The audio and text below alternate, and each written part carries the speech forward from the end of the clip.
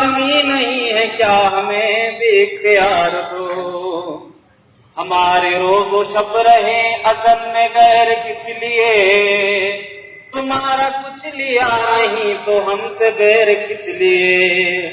یہ رسیاں تو کھول دو یہ توپ اب اتار دو، ہم آدمی نہیں ہے کیا ہمیں بھی اختیار دو، شہر بھرتا جائے گا، یہ رسیاں تو کھول دو یہ توپ اب اتار دو، ہم آدمی نہیں ہے کیا ہمیں بھی اختیار دو، تمہارے حق میں جو بھی کوئی دلیل ہے فضول ہے، زمین مالکوں کی ہے مسلمہ اصول ہے، یہ رسیاں تو کھول دو یہ توپ اب اتار دو، ہم آدمی نہیں۔ نہ صرف یہ ہے کہ ابھی والے بلکہ تاریخی طور پر چاہے وہ کسی فوجی عامر کی حکومت رہی ہو پاکستان کے اوپر یا پھر کسی سیاسی جو ہے وہ نام جماعت کی جو ہے وہ یہاں پہ حکومت رہی ہو، کسی بھی دور کے اندر مزدوروں کے حالات جو ہیں وہ کبھی بھی بہتر نہیں رہے، بلکہ ہر آنے والا دن ہر آنے والا دور پچھلے سے زیادہ جو ہے وہ مشکل جو ہے وہ ہمارے لیے بنتا چلا جا رہا ہے، اور اس حوالے سے اگر ہم موجودہ صورتحال کے حوالے سے دیکھیں تو صرف ایک اگر ہم مہنگائی کے مدعے کو اٹھا کے دیکھیں تو اس کو ہماری جان لینے پہ گھر کھلی ہوئی ہے، اور اس مہنگائی کا سلسلہ آخر ہے کیا کہ IMF اور ورلڈ بینک جیسے بڑے بڑے عالمی مالیاتی جو ادارے ہیں جو بینک آسان کام نہیں ہے، اور یہ کام ایسا ہے کہ مزدوروں کو جمع کرنے کے بعد ہم اس جدوجہد میں کامیاب ہوں کہ صنعتکاروں کے خلاف آواز اٹھا سکیں، کیونکہ صنعتکار جو ہے ہمارے مسائل کے پیچھے لگے ہیں کہ ہم سے کام تو لے رہے ہیں مگر ہمیں وہ سیلری وہ تنخواہ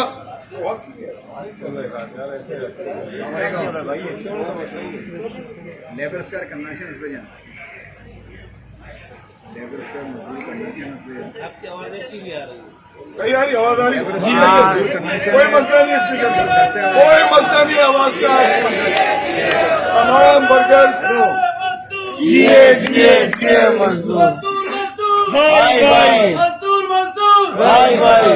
جیسے ہمارے ورکر یہ نعرہ مار رہے جو ہمارے سامنے ایک ایک کی آج 14 کمپنیاں بن چکی ہیں، اس کی خاص وجہ یہی ہے کہ ہمارے مزدوروں کو اپنے رائے سے پتہ نہیں ہے کہ بونس کتنا ملنا چاہیے، چھٹیاں کتنی ہونی چاہیے، بہت سی ایسی چیزیں ہیں جن سے وہ علم ہے، تو اس کے حوالے سے جو میٹنگ وغیرہ مقبوضہ چلنگی پہ ہوتی رہتی ہیں، مزدور جمہوری کمیٹی سی، اور عادل بھائی ان سے کہتے رہتے تھے والد صاحب کی طبیعت ٹھیک نہیں تھی، وہ سی میٹنگ میں آ نہیں سکا، تو اب یہ پہلا پروگرام ہے، انشاءاللہ ریڈ ورکر فرینڈ کو میں ممبر بننے جا رہا ہوں، طارق بھائی سے اور باقی سے انشاءاللہ مل جل کے کندھے سے کندھا ملا کے چلوں گا، میرے جتنے بھی ممبر ہیں میرے ویلفیئر کے میرے NGO کے ماشاءاللہ 6 سے 8 مہینے میں میں نے 150 لوگ بات کروں گا، کیونکہ افطار صاحب ہم نے تو سنا ہے اور مزید سننے کی خواہش رکھتے ہیں، اور یہ بھی ہماری خواہش ہے کہ آپ لوگ بھی سنیں کہ جو موجودہ حالات ہے اس پر جو ہے ہمیں سمجھایا جائے، ہمیں بہت بڑی محنت کرنے کی ضرورت ہوگی، اور مایوسی گناہ ہے، ہمیں مایوس نہیں ہونا ہے۔ آج ہماری یہ پروگرام جس طریقے سے ہونا چاہیے تھا اس طریقے سے نہیں ہوا، مگر مایوس نہیں ہونا، اس لیے کہ ہمارے خلاف اور ہمارے اندر جو طاقتور لوگوں نے کام کیا ہے وہ اتنا کیا ہے، ہمیں مختلف زبانوں میں، فرقوں میں، مسلکوں میں تقسیم در تقسیم کیا ہے۔ اب اس جال کو، جس جال کے نیچے ہم پھنسے ہوئے ہیں، اس جال سے کس طرح نکلا جائے، یہ کوئی اتنی آسان نہیں ہے کہ 1 پروگرام یا 2 پروگرام یا 3 پروگراموں کے ذریعے کوئی انقلاب آ جائیں گے، مگر میں یہ سمجھتا ہوں کہ اگر اس ملک میں تبدیلی لا سکتا ہے یا اس ملک میں انقلاب لا سکتا ہے تو صرف اور صرف مزدور طبقہ ہے، محنت کش طبقہ ہے، اور انشاءاللہ ہم یہ امید رکھتے ہیں ہم کھرچتے رہیں گے، ہم اسی طرح کھرچتے رہیں گے، اس وقت تک کھرچتے رہیں گے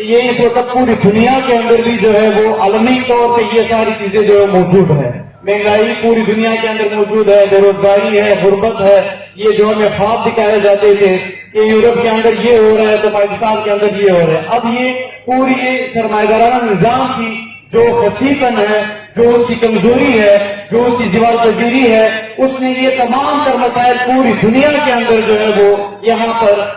یہ جو میں آپ سب کے سامنے رکھنا چاہتا ہوں, جو سب سے بنیادی مسئلہ ہے وہ قوم پرستی کا ہی ہے. ادھر ہمیں فرقوں میں اس طرح تعصب میں بانٹا جا رہا ہے. یہاں پہ کچھ پٹھانوں کے نام پہ, کچھ ہزارے والوں, کچھ ایسی ٹیکسٹائل ہے جہاں پہ تو بالکل ہزارے وال اور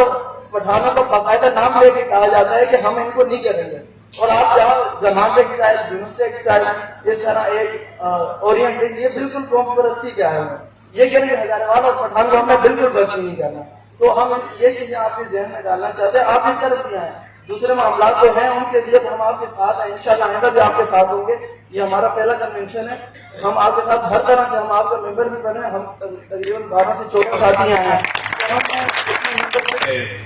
بزنس کا جو ہے وہ گڑھ ہے اور جو ہے وہ انڈسٹری کا گڑھ ہے, اور جہاں پہ ڈرامے بھی سارے یہاں پہ بنتے ہیں, یہاں پہ ڈرامہ انڈسٹری بھی یہاں پہ ہے, پورٹ بھی یہاں پہ ہے, سب کچھ یہاں پہ ہے. مگر اس سب سے پہلے یہ کراچی شہر پاکستان میں مزدوروں کا سب سے بڑا گڑھ ہے, پاکستان کے محنت کش طبقے کا سب سے بڑا گڑھ ہے. یہاں پہ آپ کو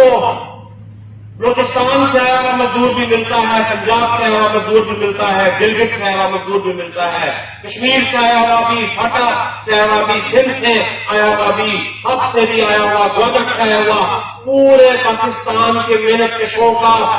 سب سے بڑا اکٹ اس کراچی شہر کے اندر ہے. اور میں آپ لوگوں کو آج ایک بات یقین سے کہنا چاہتا ہوں کہ پاکستان میں جب بھی مزدوروں کے انقلاب کا آغاز ہوگا تو اس مزدور انقلاب کا آغاز اس کراچی شہر سے ہوگا, اور اس کراچی کا محنت کش طبقہ اس کا آغاز کرے گا. تو لہٰذا آج میں یہاں پہ ان مزدوروں سے مخاطب ہوں, ان محنت کشوں سے بات کرنے کا مجھے موقع مل رہا ہے جنہوں نے صرف یہ اپنی تنخواہ 25,000 نہیں کروانی, یہ تو کروا لے گا یہاں کا مزدور. انہوں نے صرف یہ جو چھوٹی چھوٹی مانگیں ہیں یہاں تک نہیں رہنا, بلکہ یہ وہ مزدور ہیں, یہ وہ محنت کش ہیں جنہوں نے اس ملک کے اندر مزدور انقلاب کی قیادت کرنی ہے. قیادت کرنی ہے اس مزدور انقلاب کی محنت کشوں نے, ان سے مخاطب ہوں میں آج. ساتھیوں, ہم نے یہاں پہ جو پہلے مقرر آئے تھے انہوں نے مسائل کے اوپر بہت ساری بات کی ہے. مہنگائی ہے, بے روزگاری ہے, نجکاری ہے, ٹھیکیداری ہے, اجرتیں در حقیقت جو ہے وہ مہنگائی کے تناسب سے دیکھیں تو بڑھنے کے دور کی بات در حقیقت کم ہو رہی ہے, اور مزید بے شمار مختلف قسم کے مسائل ہیں. مگر میرا آج یہاں پہ آپ سے بات کرنے کا مقصد تم مسائل کو دوبارہ گنوانا نہیں ہے. مسائل جو ہے وہ آپ لوگ مجھ سے بہتر جانتے ہیں, مجھ سے بہتر سمجھتے ہیں. میرا جہاں پہ بات کرنے کا مقصد یہ ہے کہ کیا یہ مسائل آخر کیوں ہیں, اور کیا یہ ہماری قسمت میں لکھا ہے کہ ہم جو ہے وہ ہمارے جو باپ دادا تھے وہ بھی انہی مسائل سے لڑتے لڑتے اس دنیا سے گزر گئے. ہماری زندگیاں بھی انہی مسائل کے خلاف جو ہے وہ لڑائی کے اندر جو ہے گزر رہی ہیں کہ تنخواہ بڑھانے کا مطالبہ ہے, یونین کے حقوق کا مطالبہ ہے, نوکری جو ہے مستقل ہو جائے اس کا مطالبہ ہے, ٹھیکیداری ختم ہو جائے اس کا مطالبہ ہے, برطرف کیے گئے ورکر واپس بحال ہو جائے یہ مطالبہ ہے. ہماری زندگیاں بھی انہی جو ہے وہ مسائل کے خلاف جدوجہد میں گزر رہی ہیں. اور کیا پھر ہمارے بچوں کی بھی زندگیاں ایسے ہی گزریں گی؟ اسی ایک دھن چکر میں ہم کیا پھنسے رہیں گے, اسی ایک شیطانی چکر میں کیا ہم پھنسے رہیں گے کہ ہم اپنی تنخواہ میں 100 روپے کا اضافہ کریں گے تو دوسری طرف سے حکمران مہنگائی میں 500 روپے کا اضافہ کر رہے ہیں.